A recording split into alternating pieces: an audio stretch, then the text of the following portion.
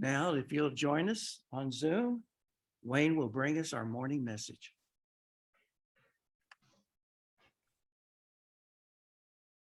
Hang on here. Okay, well, good morning. I wanted to start by just telling you that Lisa and I miss you all, and we think about you often. And we certainly appreciate times like this where we have the opportunity to share with you. So I appreciate the invitation. We're now settled in our home in Bradenton, Florida, and doing our best to enjoy Florida lifestyle. So all is good, and seems like we've adjusted fairly well so far to Florida. So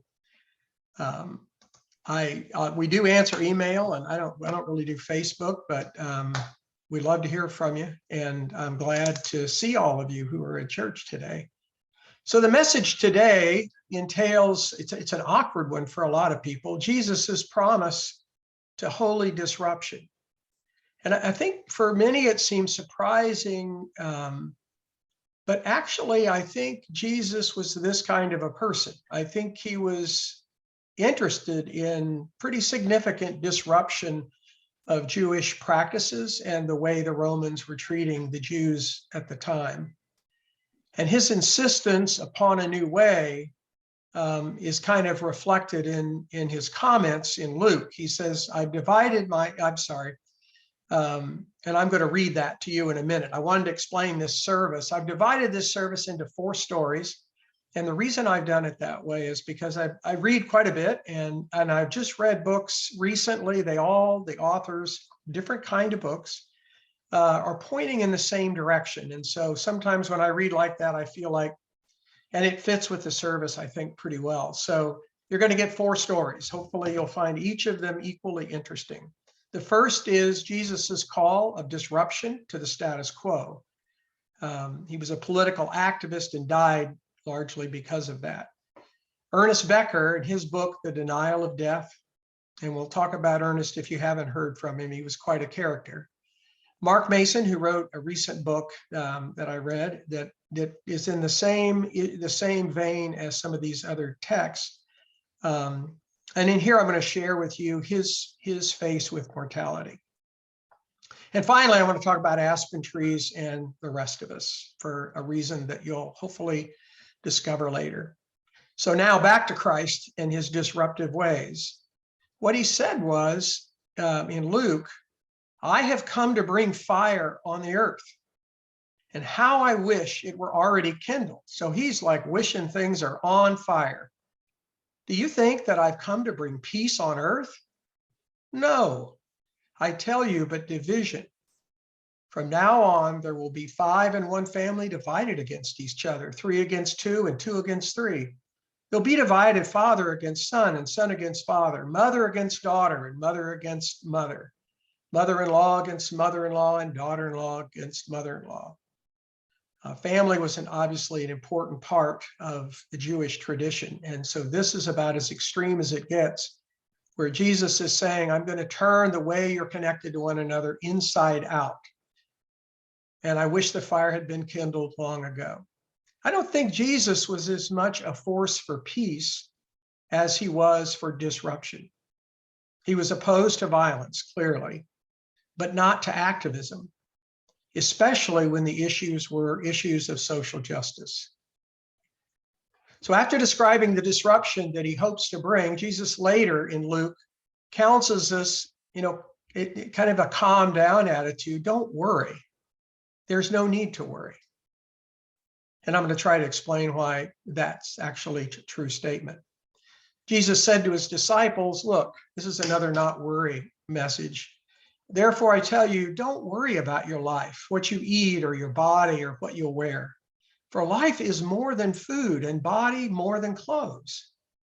Who of you by worrying can add a single hour to your life? Do not be afraid, little flock, Jesus says, for your Father has been pleased to give you the kingdom. Sell your possessions and give to the poor. Jesus's call is for transcendence, living for a higher purpose than just yourself.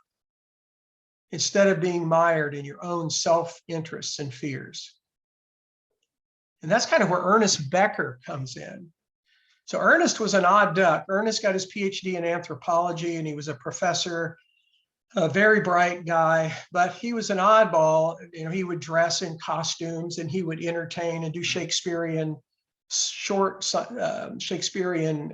episodes during his classes, and students loved him and the administration did not. He did his doctoral dissertation comparing Zen Buddhism with psychoanalysis.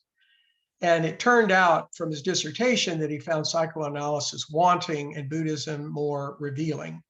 Unfortunately for Ernest, his boss was a psychiatrist, so his boss promptly fired him. In the next 6 years, Ernest went from university to university teaching and getting fired. After about 6 years, he got colon cancer and had to back off his teaching position. The next few years, he was bedridden, and during that time, he decided that he'd write a book. Ernest died in 1974.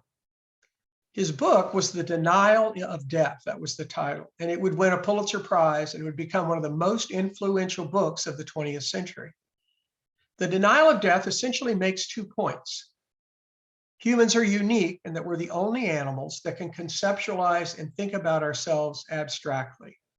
So I can know that I'm here because I can feel things, and then I can know that I'm here because I can abstract myself. I know which animals cannot do. Becker's second point, which is even more important, starts with the premise that we essentially have 2 selves. The first self is our physical self, the one that eats, sleeps, snores, and poops. The second self is our conceptual self, our identity, or how we see ourselves and others see us. And Becker suggests that we're all aware on some level that our physical self is going to eventually die, and that this death is inevitable, and that this inevitability on some unconscious level scares the heck out of us. So in order to compensate for a fear of death, we try to construct a conceptual, self-centered me that hopefully will live forever. We build a conceptual self, and Becker called them the immortality projects, let's say. You do things so people will remember you when you are gone. You'll get statues built to yourself, maybe, or an award named after you. Somehow, if only people will remember us, perhaps we won't really die. But that's wrong. These projects are mostly doomed to fail. When they fail, the meaning in life then is lost. The idea that our conceptual self will outlive our physical self no longer seems possible, and death terror sets in. Becker realized literally on his deathbed that people's immortality projects were actually the problem, not the solution.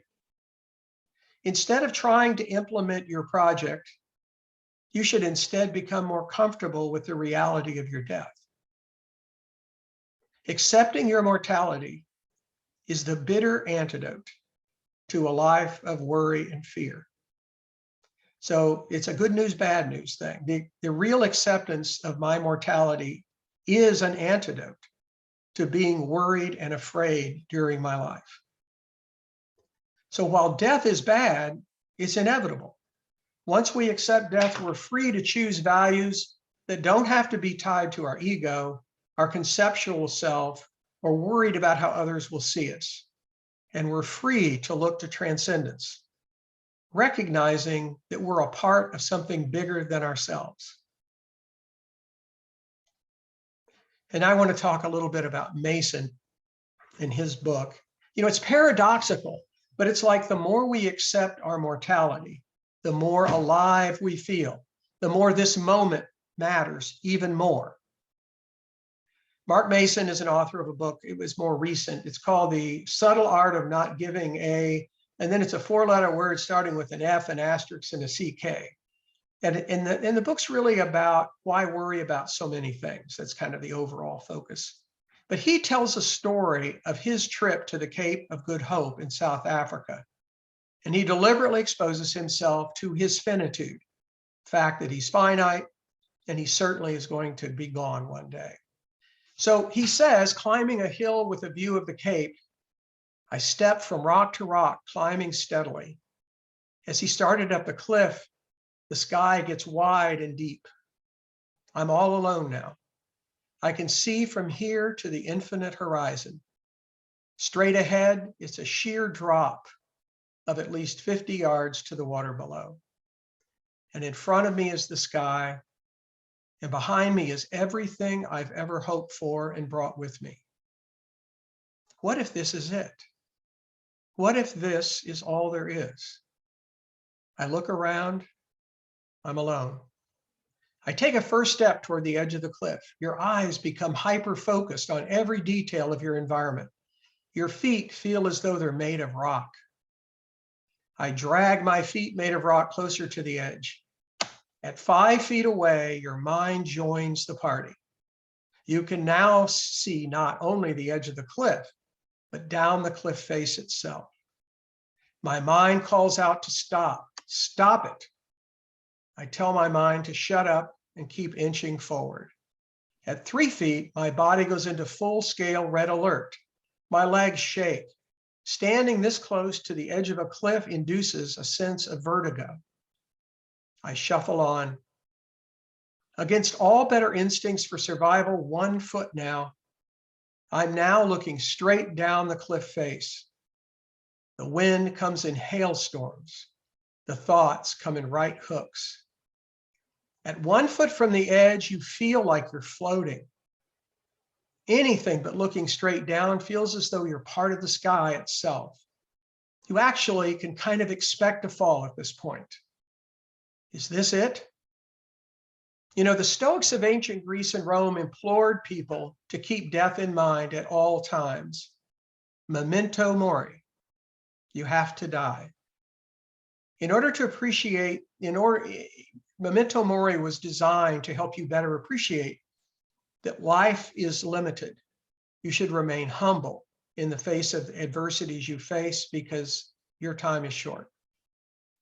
In various forms of Buddhism, you know, the practice of meditation is often taught as a means of preparing oneself for death while still remaining alive. Dissolving one's ego into an expansive nothingness, achieving the enlightened state of nirvana is seen as a trial run of letting oneself cross to the other side. Even Mark Twain said, the fear of death follows from the fear of life. A man who lives fully is prepared to die at any time. Now let's go back on the cliff. I bent down. I then gradually slide one leg over the edge. Then I slide my other foot off the edge and put it on the same small rock. I sit there a moment, leaning back on my palms, wind ruffling my hair. The anxiety's bearable now, as long as I stay focused on the horizon. Then I sit up straight and look down the cliff again. Fear shoots back through my spine, electrifying my limbs and laser focusing my mind on the exact coordinates of every inch of my body. The fear is stifling at times, but each time it stifles me, I empty my thoughts. I focus my attention on the bottom of the cliff below me, force myself to gaze at my potential doom, and then to simply acknowledge its existence. The feeling was exhilarating. I can feel the adrenaline pumping through my body, being so still, so conscious, never felt so thrilling. Coming face to face with our certain death. When we avoid this question, we let trivial and hateful values hijack our brains and take control of our desires and ambitions. Without acknowledging the ever-present gaze of death, the superficial will appear important, and the important will appear superficial. Death is the only thing we can know with any certainty. And so it must be the compass by which we orient all of our other values and decisions.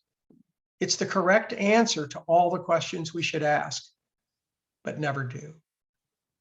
Jesus says, do not be afraid, little flock, for your Father has been pleased to give you the kingdom. This is the basic root of all happiness. Whether you're listening to Aristotle or psychologists at Harvard or Jesus Christ, they all say happiness comes from the same thing, caring about something greater than yourself, believing you are a contributing component in some much larger entity, and that your life is but a mere side process of some great mysterious production.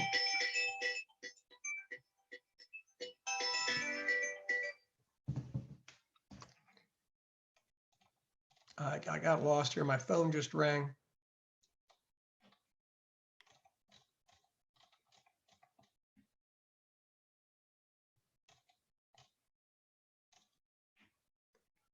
I was pointing out that Jesus said, "Don't be afraid, little flock, because your Father's already given you a place in the kingdom." And he points out, this is a basic root to all happiness, believing in something bigger than yourself and that you're a part of something much greater than yourself, your ego, more important than your life. This feeling is what people go to church for. It's what they fight in wars for. It's what they raise their families and save pensions and build bridges and invent cell phones for. This fleeting sense of being part of something greater and more unknowable than yourself.